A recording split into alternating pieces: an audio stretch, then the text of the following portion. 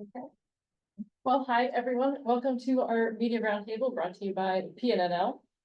This afternoon, we are hearing all about extreme weather and the grid, shoring up electricity infrastructure in the face of wildfire, hurricanes, and more. So I think it'll be a pretty positive talk, right, Jen?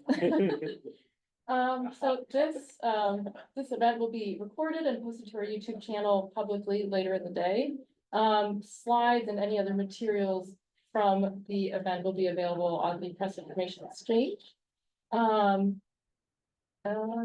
Brendan, do you want to take it away? Thanks, Becca. Appreciate it. Yeah, so I'm Brendan Bain. I'm a science writer with PNNL, and we're excited to share a selection of 3 different lines of work from 4 of our researchers today. We've focused each presentation on a different form of extreme weather and its associated challenges. You'll hear not just about those challenges, but also what we're doing to help address them. Grid resilience is a big area of focus for the lab, and we hope you'll find these presentations interesting and that you reach out to us as you continue reporting on the grid. Our folks would be happy to chat with you. So first up, we've got Casey Burleson, who's going to tell us a bit about heat waves on the grid. Sure. Thanks, Brendan.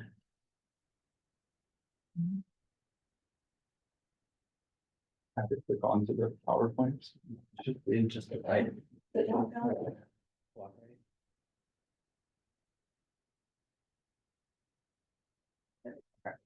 So as Brendan said, my name is Casey Burleson. I'm an atmospheric scientist by training, and I've been at the lab for about 10 years now.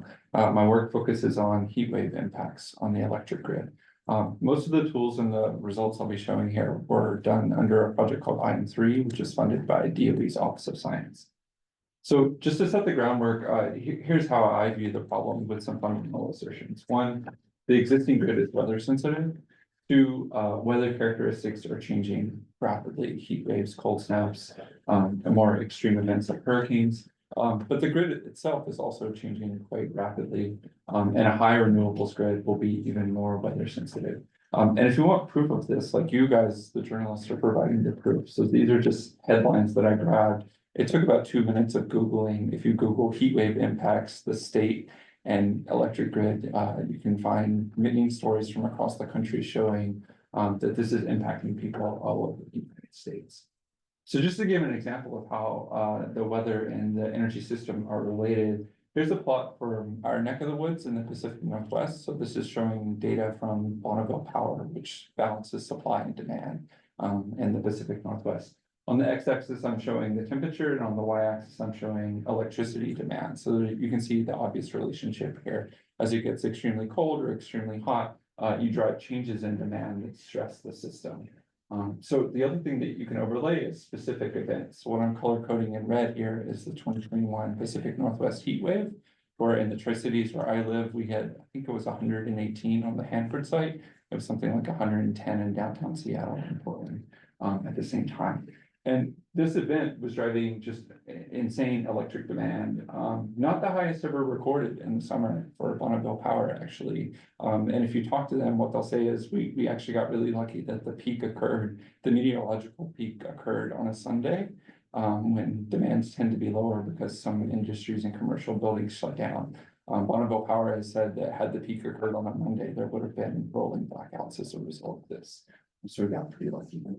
The 2021 event had temperatures that were like 4 standard deviations from the mean. There have been many papers published on this showing it was something on the order of like a 1 in 10,000 year event that hit the Pacific Northwest. So to give you an example of like how we study this and some of the tools we use, I'll focus on a different event, a heat wave that occurred in 2018, late July of 2018. And you can see in the Western US, you had temperatures in inland California and the desert Southwest well over 110 degrees. Up in the Pacific Northwest where I live, it was quote unquote only 105. I like to study this event because my wife was 39 weeks pregnant with our first kid during this event. So our air conditioning demand almost broke the grid by itself.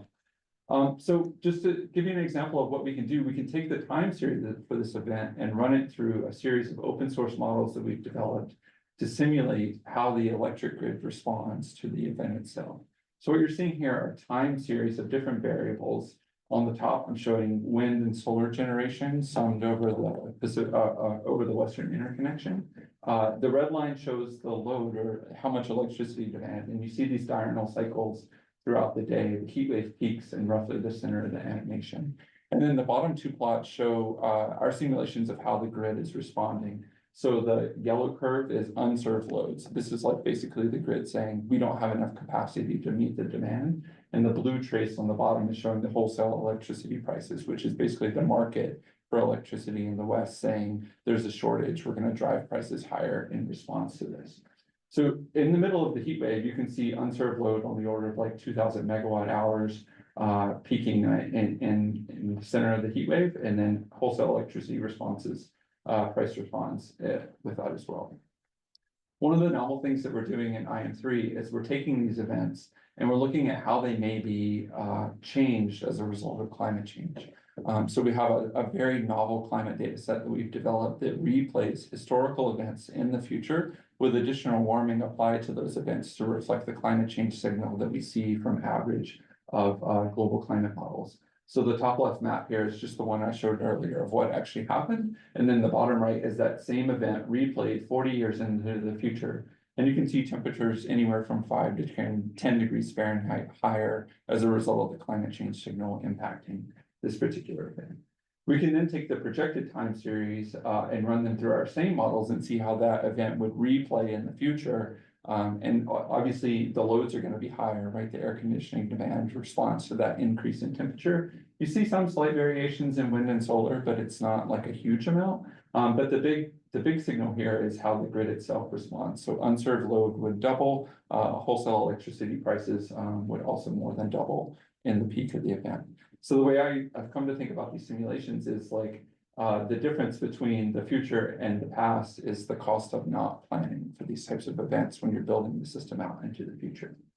So IM3 is doing like the basic science here, but we're working with other projects at PNNL to look at how do you actually take this information and apply it in applied system projections.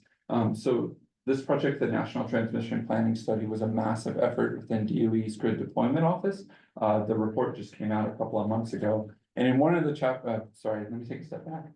The focus of NTPS was to look at specific transmission projects in the Western US and see how they would benefit grid resilience in response to these changes that we might see. So chapter 5 of the NTPS report looked at these heat wave cases and tried to quantify the benefit, both economic and from a grid resilience perspective, of increased resilience to these heat wave events.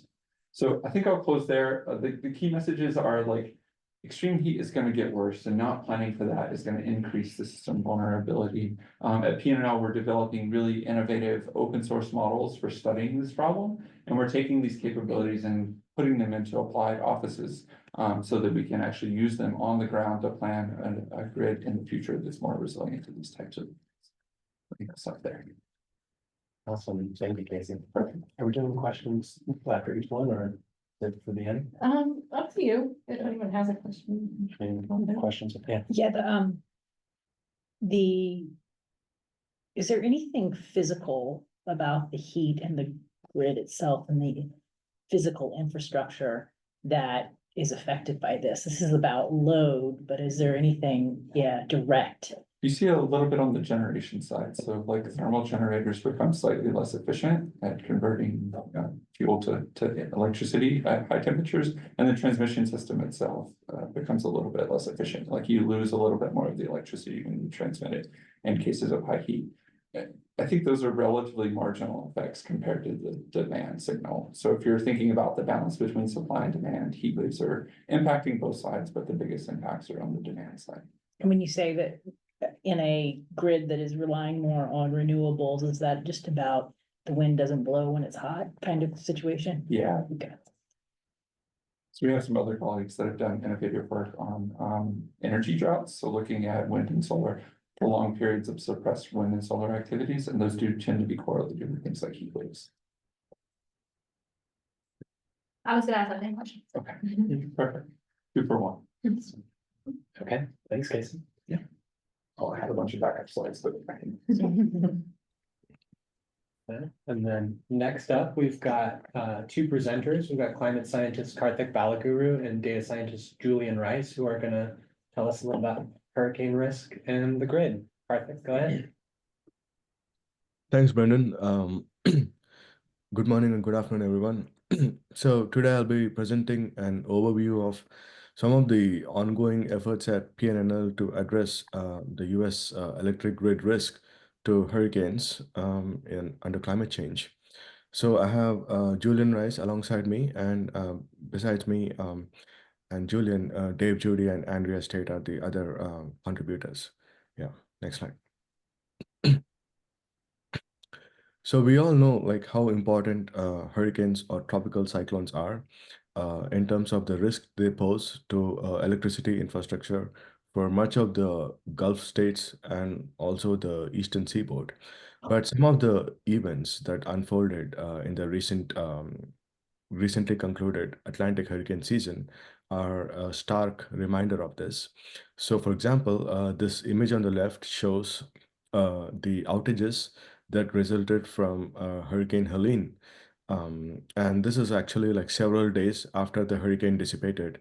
So you'll see that these were prolonged outages that were caused for much of the southeast US states, especially especially strong impacts were seen in North Carolina and so on. So this is just underlining this thing. And then besides this, we also know that the storms themselves are changing.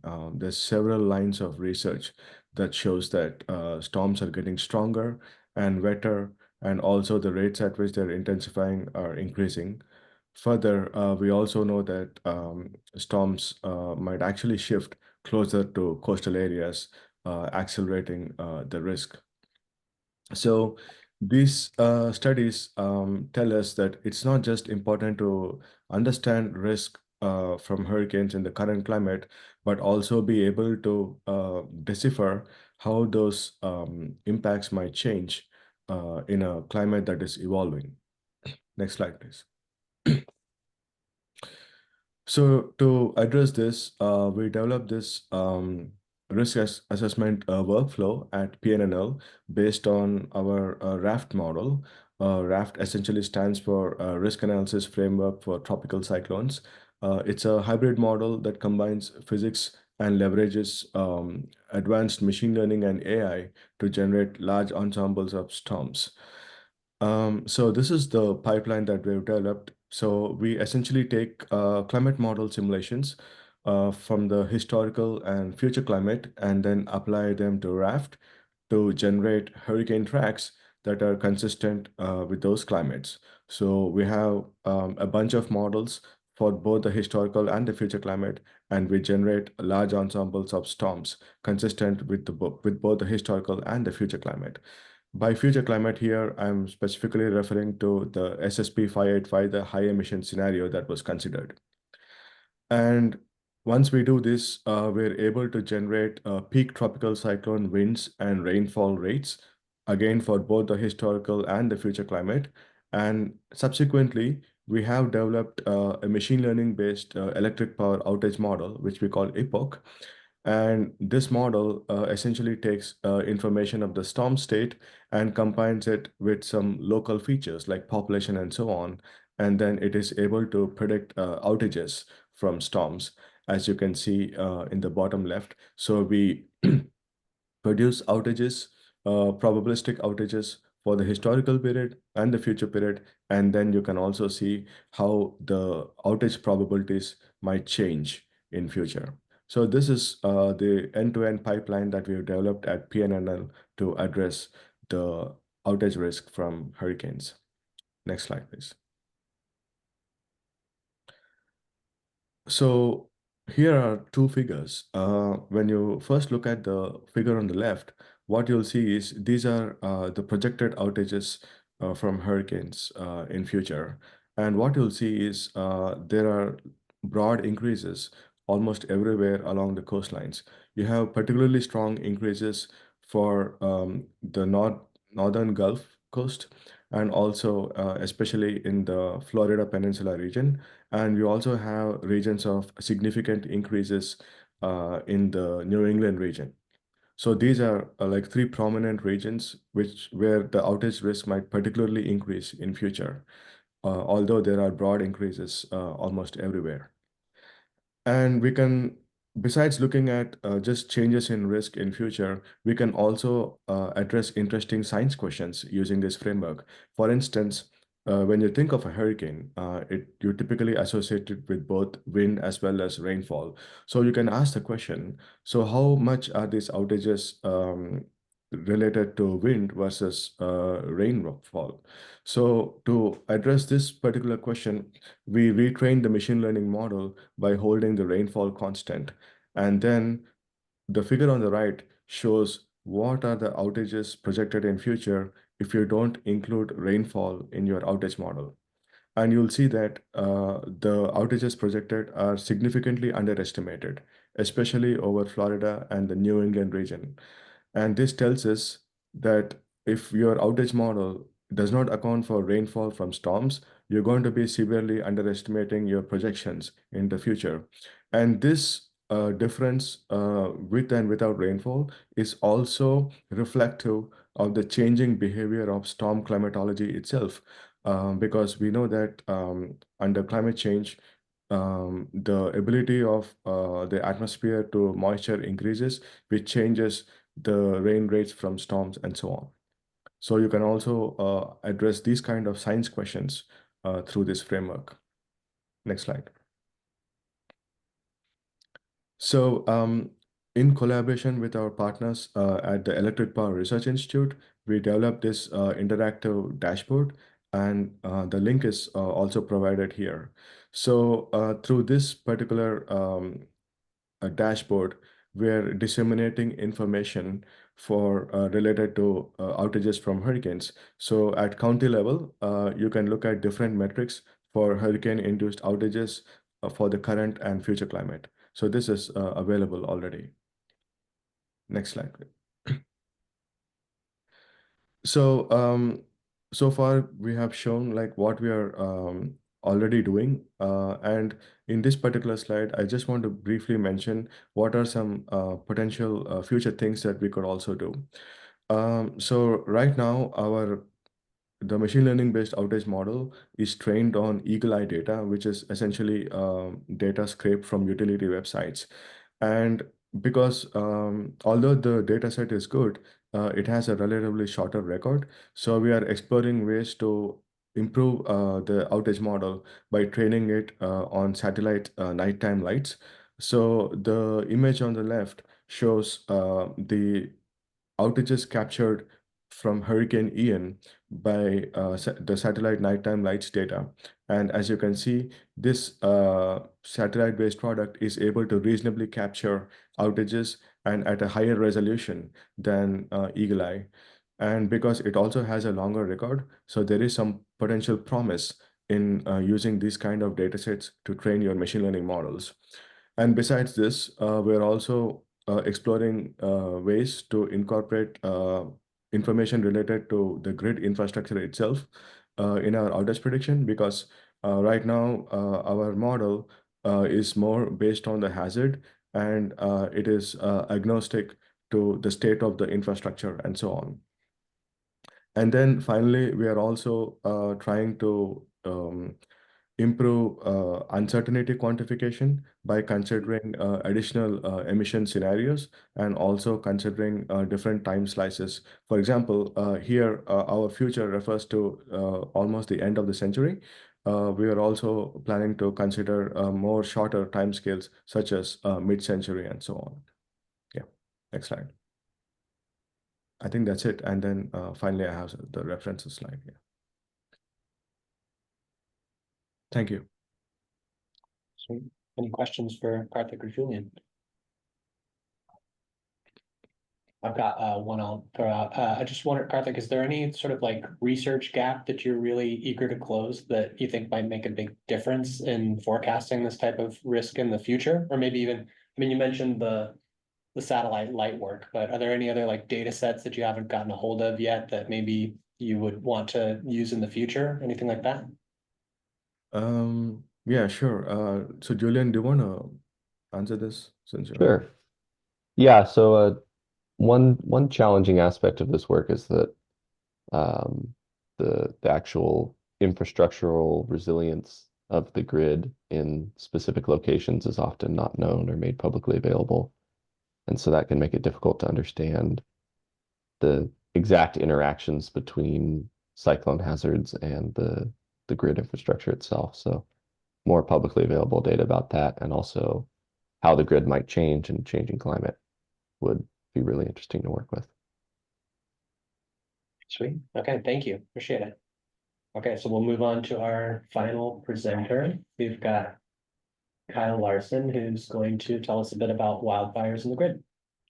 Thank you. Oh, goodness, over to you. Thanks. Yeah. Thank you, Brandon, for the introduction. So, my name is Kyle Larson. I'm a data scientist and ecologist at the lab. And I'm going to talk a little bit about wildfires and the grid. I'll start off with some kind of very basic information that most folks are probably already somewhat familiar with here, so I won't spend a lot of time on it. But when we look at trends in wildfire in the US over the last 40 years, there's a couple key emergent things. One is fires are getting larger, and we kind of see this when we look at number of fires over the last 40 years relative to the total area burned. We're seeing that number of fires is kind of generally holding fairly constant, but the total area burned is going up. So we are seeing indeed larger fires. These trends do coincide with increased drought and reduced snowpack, particularly in the western US, as well as a long history of fire suppression and land management practices. When we look at this on a map, for the lower 48 at least, there's two things that really stand out here. Wildfire is obviously predominantly a western US problem. However, we are seeing more fires and larger fires in other parts of the country where it was less common, or generally smaller fires, such as in Florida and the south, in parts of the southeast. The other thing that stands out is if we look at these pink regions here, which is fires in the last 10 years, we can really see, you know, the size of these fires is becoming quite immense.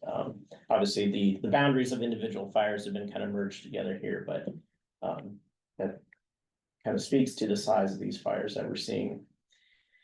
So when we think about fire in the grid, there's kind of two general scenarios that we're usually talking about. One is the risk of the infrastructure itself causing a fire. This can be caused during, you know, extreme weather events, heat and wind events that could cause the power lines to come in contact or close to adjacent vegetation in the rights of way, creating an arc and starting a fire. This is probably the thing that you hear the most about in the news recently when they're talking about the grid and wildfire. The other side is when there's an active fire that poses a threat to existing infrastructure. In both cases, the response might be to have the utility might have to de-energize the system. One of the big implications that we're seeing from this, and this has been in the news a lot recently, is power shutoffs. So utilities might have to de-energize. We're seeing this become more and more common out in the western US. And obviously, when you turn the power off, there's going to be a cascade of other effects of people affected from when the power goes off. It's also driving an urgency to harden or replace grid infrastructure. This is not an easy task, though, when we consider how big the problem is. We're talking about tens of thousands of miles of transmission line, for example. You know, and when you might hear discussion about undergrounding, that's incredibly costly. And so we're kind of stuck with this problem. We got to figure out ways to mitigate this. Ultimately, this increased cost of mitigation and maintaining infrastructure is going to drive up costs, not only for the utilities, but likely some of that cost is going to be passed on to consumers as well. And then ultimately, this is also being exacerbated by, you know, more population growth in rural areas as folks are moving out into more forested and mountainous regions, coming into contact with fire more often and moving into riskier areas. So at PNNL, one of the projects I've been involved with is this rapid analytics for disaster response, or radar. And what this really is a capability that we've been working on for about the last 10 years that focuses largely on delivering rapid situational awareness information pertaining to all sorts of hazards, not just wildfire.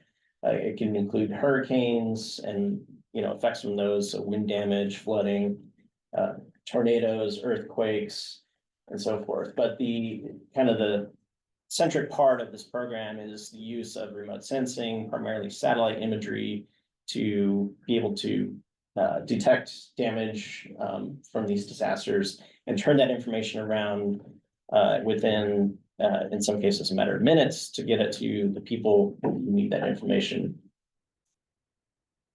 With respect to the fire aspect of the radar program, we kind of generally look at our scope of work across this triple line defense spectrum. So we can talk about activities that we can do before a fire happens and how that might help to prevent or mitigate fire risk. We can talk about things during the fire and after. So in the prevention and mitigation side of things, some of the things that we're working on is, for example, running wildfire behavior models to assess fire risk before the upcoming fire season. So, for example, we just did this for the Northwest, for Bonneville Power Administration, forecasting what fire risk might look like in 2025 based on changes that have happened in the fuels and so forth. And we can also look at how that risk might, what some of the potential impacts to municipalities and populations might be, doing geospatial analysis with these risk products and information about those aspects. During event, this is kind of one of our big focus areas right now is ingesting satellite data, not just from one or two satellites, but basically as many satellites as we can pull information from. So these are largely government assets, but some commercial assets as well. And the important aspect of that is the more sort of birds in the air, so to speak, the more looks you get at an active event, the quicker your turnaround you can get in information. And so we're automating this process in the cloud and delivering that data automatically to folks that are using it. On the recovery and preparedness side, so this is kind of more of a future look or post-fire look. We're using remote sensing to assess burn severity and look at impacts to critical infrastructure, as well as looking at short-term and long-term climate forecasts to look at how fire risk might evolve in both the short and near terms. And I think that was all I had. So I'm happy to take any questions. I got a question. I'm just curious, if you could, if this has been used in the real world, I'm thinking of floods, I think of hurricanes, there's fires, there's Harvey, there's Hawaii. How often has it been used, or is it still like in a testing stage? No, so it is in an operational stage. I think the last tally was about 55 major events. A lot of them have been hurricanes. Fires is a different story. We're automating the system right now. We had it running throughout the summer. That was providing coverage for hundreds of fires. That capability, though, is in kind of more developmental phase. Next year, we hope to be kind of transitioning that into sort of a pre-operational phase with the National Interagency Fire Center, who's a partner on that work. I'll actually be giving a talk about that specifically on Wednesday. So That's cool. How about flooding? Do you do that too? yes, we do, and predominantly flooding associated with hurricanes. So this year, Hurricane Helene was one that we were activated for. Our main client there is DOE CSER. So they're primarily interested in when some of these bigger hurricanes, primarily when they affect the southeast coast, and there's risk to some major critical infrastructure assets there. They kind of call us up and say, hey, can you provide coverage on this? And we'll sort of turn our systems on and send them information as it comes in to look at impacts of flooding to that. So I've always thought of it as a system, like to help the responders on the ground, like to know which way the fire is going. But I'm just curious, like with the hurricanes, is it real time enough that like someone like a governor of a state like DeSantis in Florida could Mhm. say, I need to activate these 6 counties now. I didn't realize that, but they got to get them. Is it used that way? It is, I would say there's been a pretty diverse group of end users for that product. It's primarily, I would say, been, DOE CSER, but they interact with and interface with, FEMA during these events, and so they kind of are funneling it to folks within FEMA. We also have, a collaboration with the Eagle Eye folks, which Karthik mentioned. And so some of our radar data is now being distributed through Eagle Eye, so that's kind of reaching their audience now as well. For the fire stuff, there's a couple target audiences there. One is sort of at the NIFC level, the National Emergency Fire Center. So they're kind of a coordinating agency for all the major federal firefighting agencies, so think of all your land managements, the BLMs, the Forest Service and so forth. But they also are coordinating with incident commands, like on the ground level. And so the goal, the hope is that some of these products will actually be able to be ingested into their ATAC system. And I apologize, I can't remember what the acronym stands for, but is firefighters, some wildland firefighters now carry mobile devices in the fields that have maps of active intel that they're pulling from multiple sources, and the plan is assuming that our products and the satellite information that we're delivering, they find useful in that capacity, they'll be piping that into those systems as well. You mentioned providing forecasting for fires for Bonneville for 2025. I'm just curious, do you know if anybody who you have provided that kind of front-end information to has taken solid action based on the data you provide? Has there been actual use? Yeah, so BPA, we've been working with them on this for the last 3 years, and they're using this in their sort of preseason annual fire risk planning each year. And one of the big emphasis of that is on vegetation management. So, they try to get out and trim vegetation in areas where it's encroaching power lines. But they, as I mentioned, they have thousands of miles of line to do, so it's a big job. And so they're utilizing some of the information that we're giving them to help prioritize what regions they might want to tackle. And we're doing that on kind of several levels. One is like a seasonal aspect. So there might be certain parts of the BPA service territory in the Northwest that it's ideal to get out in, say, April or May to try to do those activities. Other regions maybe wait till June or July, because they have to kind of juggle these with a lot of other things. Like they have to go through an environmental review process before they go out and trim the trees. They don't want to kill nesting birds, for example. And so there's a lot of these other logistical things that factor into that. But yes, they are actively using that as well. I should mention, we're also working on using satellite imagery to kind of assess tree health or vegetation health along transmission corridors to help kind of further narrow down areas that might be higher priority. They had some incidents this year where there was tree die-offs in the area adjacent to the power lines. Dead tree fell over, flipped the power line, started a fire.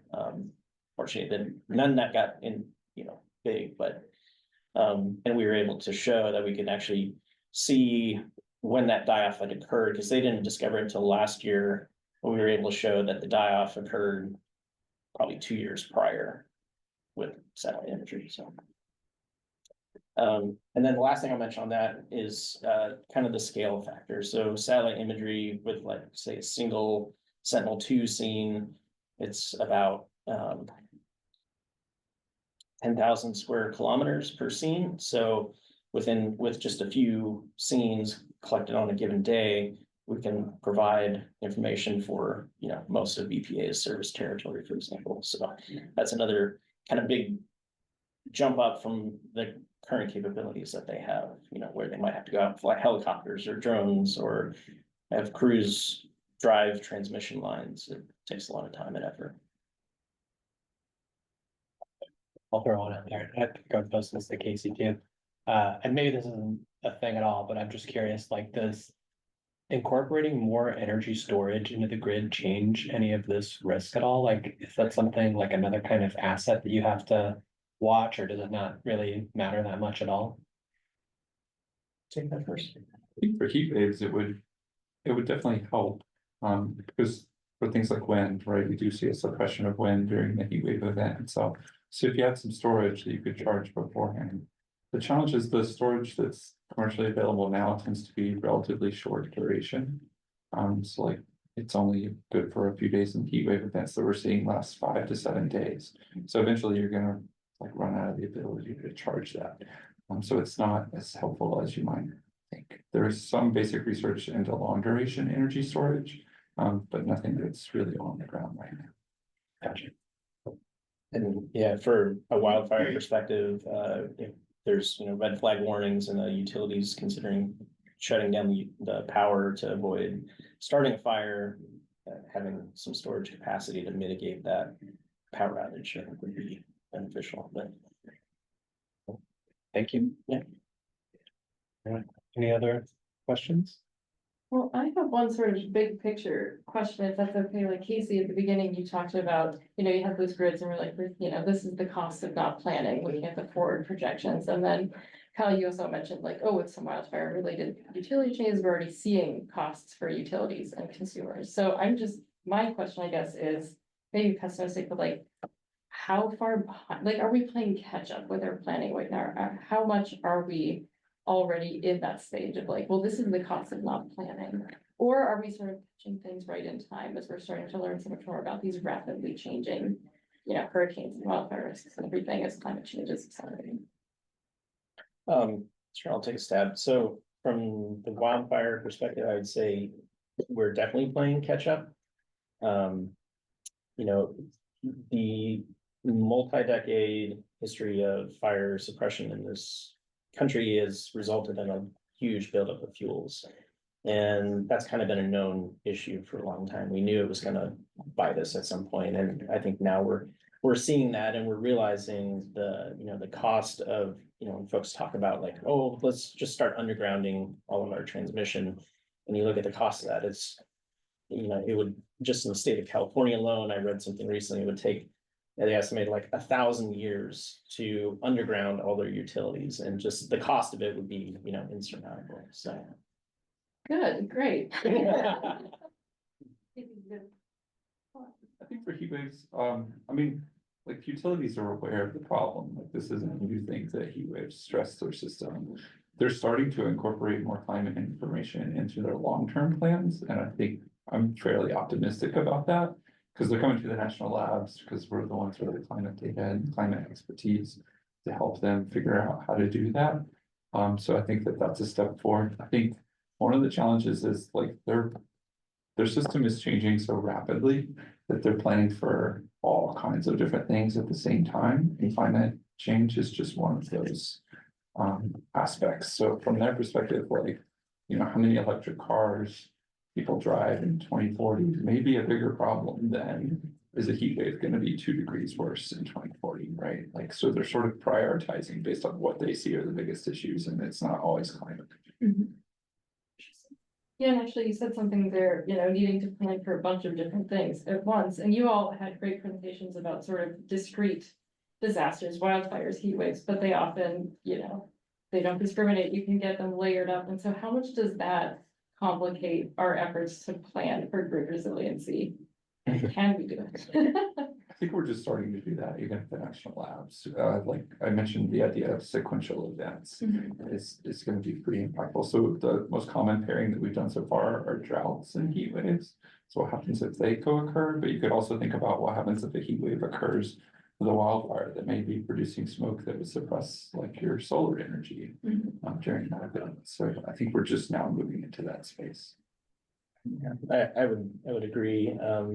It's been interesting working with BPA. There's been some aspects in the last few years of not just our work, but just what's happened in the landscape where fires have happened, that they're seeing some fires in places, say the western side of the Cascades where it's wetter and we don't have as many fires, and they've seen some large fires there in recent years that posed risk to infrastructure they had over there, that they thought this would never be an issue. So now I think they're kind of freaking out a bit. So. Would you like to hear about your energy grid plan? Yeah. Sorry, Oh, there you go. Yeah, Carthy? sorry, can I add something to it? Yeah, please. Yeah, so as we mentioned earlier, right? I mean, so a lot of challenges that we face is that we don't have information related to the infrastructure to optimize your outage model. But there's another challenge is I think from like the infrastructure standpoint, right? I mean, so from a climate science standpoint, we are unaware of the state of the infrastructure. But if you flip the problem and if you go to the other side, from the infrastructure side, then the question is, what is your worst case scenario, right? I mean, so that is the $1 million question. Now, what I'm trying to say is, now we are developing tools to at least get close to answering that question. And these advances in machine learning and AI are definitely useful here because you're able to now train these models that operate at a very high computational efficiency. Like in our case, I mean, we were able to generate close to 1 million tracks. So using traditional modeling approaches, this is so hard. So I think this actually is something like a promising approach that allows you to get closer to that answering that question so that you can actually design your infrastructure or upgrade it based on that.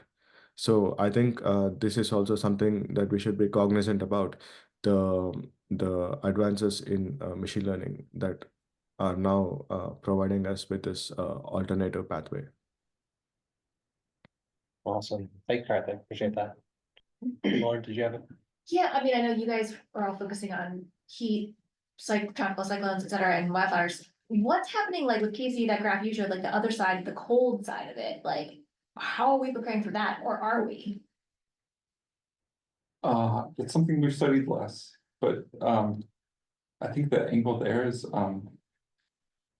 there are lots of utilities that are winter peaking utilities. BPA is a winter peaking utility. In the graph I showed in the Northeast, there's a lot of winter peaking utilities. And the open question is like the electrification of heating and what impact is that going to have? Like if you take a lot of natural gas heating and convert it to heat pumps, what's the impact of that? So we published a paper last year with a grad student at NC State, Henry Sambatia, where we were looking at Texas of all places and looking at the impact of converting their heating and cooling to heat pump systems.